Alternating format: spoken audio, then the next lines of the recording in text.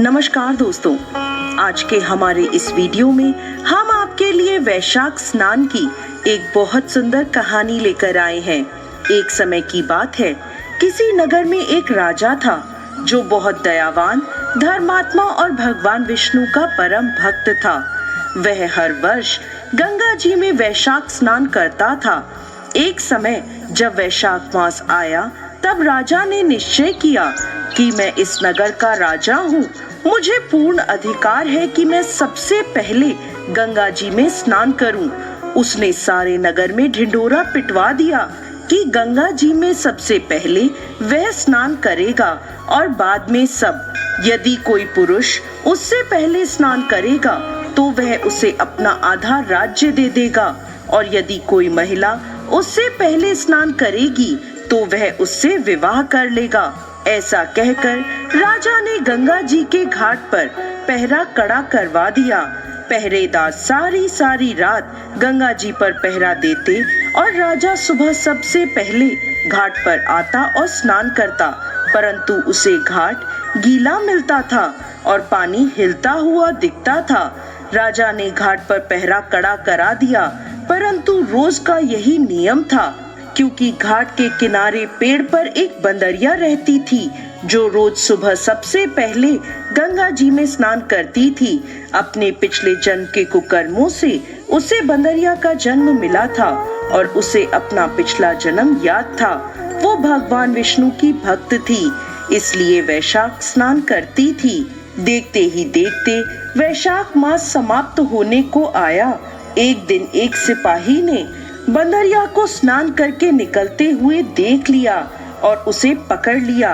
राजा के आने पर उसे बताया कि यह आपसे पहले यहाँ स्नान करती है। बंदरिया को देख राजा को आश्चर्य हुआ।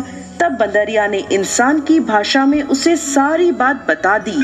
अब जैसे कि राजा ने प्रण लिया था, उसने बंदरिया से शादी कर ली।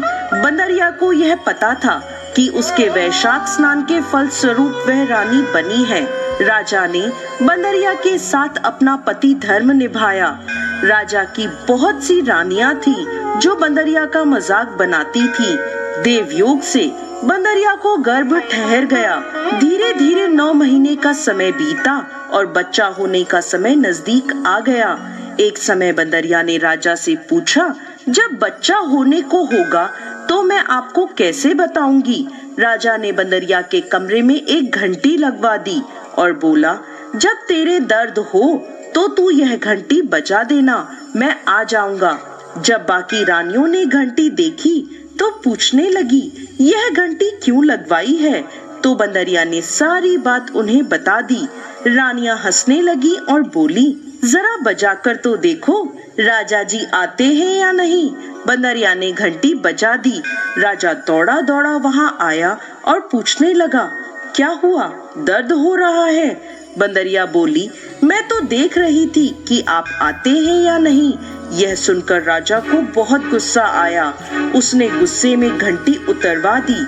एक दिन बंदरिया को दर्द होने लगा तो रानियां बोली, तू आंखों पे पट्टी बांधकर लेट जा, इससे तुझे दर्द नहीं होगा। वैशाख मास के पुण्य के प्रभाव से बंदरिया ने एक बहुत सुंदर पुत्र को जन्म दिया। उसे देखते ही सभी रानियां चिढ़ गईं, क्योंकि उनके कोई संतान नहीं थी। वह सोचने लगी, अब यह राजकुमार बनेगा और बंदरिया राजमाता बन जाएगी। सभी रानियों ने एक योजना बनाई और बड़ी रानी बच्चे को कपड़े में ढककर बाहर ले गई। दासी को बच्चे को देकर बोली, इसे नदी में बहा दो। ऐसा कहकर रानियों ने बंदरिया के पास एक पत्थर रख दिया। जब राजा आया और पूछने लगा कि क्या हुआ है, तब रानियां बोली, इस बंदरिया ने पत्थर जना है। पत्थर देखकर राजा ने सोचा, जब बाकी रानियों को ही बच्चा नहीं हुआ तो इस बंदरिया को कैसे होगा। उधर जब वह दासी बच्चे को नदी में बहाने लगी तो उससे ऐसा नहीं किया गया। दासी ने देखा कि नदी के किनारे एक कुम्हार मिट्टी के बर्तन बना रहा है। दासी ने मिट्टी के बर्तन में बच्चे को रख दिया और वहां से चली गई। कुम्हार ने जब बच्चे के रोने की आवाज सुनी तो बच्चे को देखकर वह बहुत प्रसन्न हुआ, क्योंकि उसके कोई संतान नहीं थी। अब कुम्हार और कुम्हारिन उस बच्चे का प्यार से लालन पालन करने लगे। वह जानते थे कि यह बच्चा किसी उच्च परिवार का है, क्योंकि वह एक रेशमी कपड़े में लिपटा हुआ था। देखते ही देखते वह लड़का बड़ा होने लगा। एक दिन वह कुएं के पास खेल रहा था।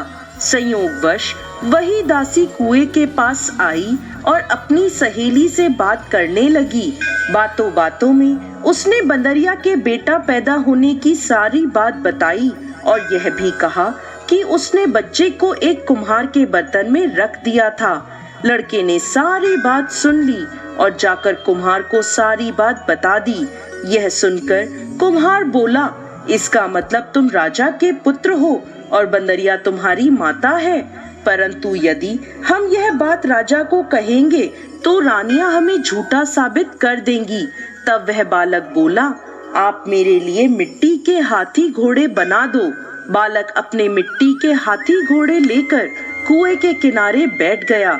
जब दासियां पानी भरने आईं, तब वह बालक बोला, मेरे हाथी घोड़ों को भी पानी पिला दो। दासियां बोली, मूर्ख, मिट्टी के हाथी घोड़े भी कभी पानी पीते हैं? तो वह लड़का बोला, यदि राजा यह मान सकता है कि बंदरिया के बच्चे की जगह पत्थर पैदा हुआ है, तो मिट्टी के हाथी घोड़े भी पानी पी सकते हैं। दासियों ने यह बात जाकर राजा को बता दी। यह सुनकर राजा को बहुत आश्चर्य हुआ। उसने बंदरिया से पूछा तो वह बोली, मुझे कुछ नहीं पता, मेरी आंखों पर पट्टी बंधी थी। राजा ने रानियों से पूछा तो रानियां बोली, हमने पत्थर पैदा होते देखा है। राजा को रानियों की बात पर विश्वास हो गया। राजा ने कुम्हार को और उसके बेटे को देश निकाला दे दिया। अब वह जंगल में अपनी झोपड़ी बनाकर रहने लगे। एक दिन योजना बनाकर वह लड़का मिट्टी के घड़े में पानी भरकर और पेड़ के नीचे आंच जलाकर पीपल के पेड़ पर चढ़कर बैठ गया। कुछ ही देर में जंगल में नगर की कुछ लड़कियां आईं और लकड़ी काटने लगी। थकान से उन्हें प्यास लगने लगी। उन्होंने पेड़ पर बैठे उस लड़के को देखा तो उससे पानी मांगने लगी। तो वह बोला, पानी के बदले तुम्हें मेरा एक काम करना होगा। मेरा गमछा पकड़कर तुम्हें मेरे पीछे पीछे चलना होगा। प्यास से व्याकुल होकर लड़कियों ने हाँ कर दी और गमछा पकड़कर उसके पीछे पीछे चल दी। लड़के ने पीपल की और अग्नि के चक्कर लगाना शुरू कर दिया और फिर उन्हें पानी पिला दिया। पानी पीकर सभी लड़कियां अपने अपने घर चली गईं। घर जाकर उन्होंने सारी बात अपने माता पिता को बताई। सभी लोग इकट्ठे होकर राजमहल में पहुँचे। वहाँ राजपुरोहित जी को सारी बात बताई गई। तो वह पूछने लगे, पीपल के साथ क्या वहाँ अग्नि भी थी? तो लड़कियां बोली, हाँ, वहाँ अग्नि भी थी। राजपुरोहित जी बोले, इन सभी लड़कियों का विवाह उस एक लड़के से हो गया है। अब राजा सभी के साथ उस लड़के से मिलने जंगल में पहुंचा और बोला, तुमने इन सभी से विवाह किया है? लड़का बोला, हाँ, मैंने इन सभी से विवाह किया है। राजा बोला, अब तुम्हें इन सभी को अपने साथ रखना होगा। लड़का बोला, मैं तो जंगल में यहाँ वहाँ घूमता हूँ, मेरे पास तो घर भी नहीं है, इन्हें कहाँ रखूंगा? तब राजा ने लड़के से कहा, तुम हमारे साथ नगर में चलो, मैं तुम्हारे लिए घर बनवाऊंगा जहाँ तुम इनके साथ रह सकते हो। देखते ही देखते उसका घर तैयार हो गया और उसकी सभी पत्नियों को एक एक पुत्र रत्न प्राप्त हुआ। अब लड़के ने राजा को रानियों के साथ भोजन पर आमंत्रित किया। राजा सभी रानियों के साथ उसके घर गया, परंतु बंदरिया को नहीं ले गया।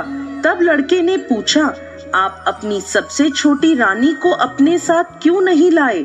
राजा बोला, उसे समझ नहीं है, इसलिए वह बाहर नहीं आती जाती। लड़के के आग्रह करने पर बंदरिया को वहाँ बुलवाया गया। बंदरिया के आते ही लड़के ने उसके पैर छुए और उसे पूजा में बिठाया।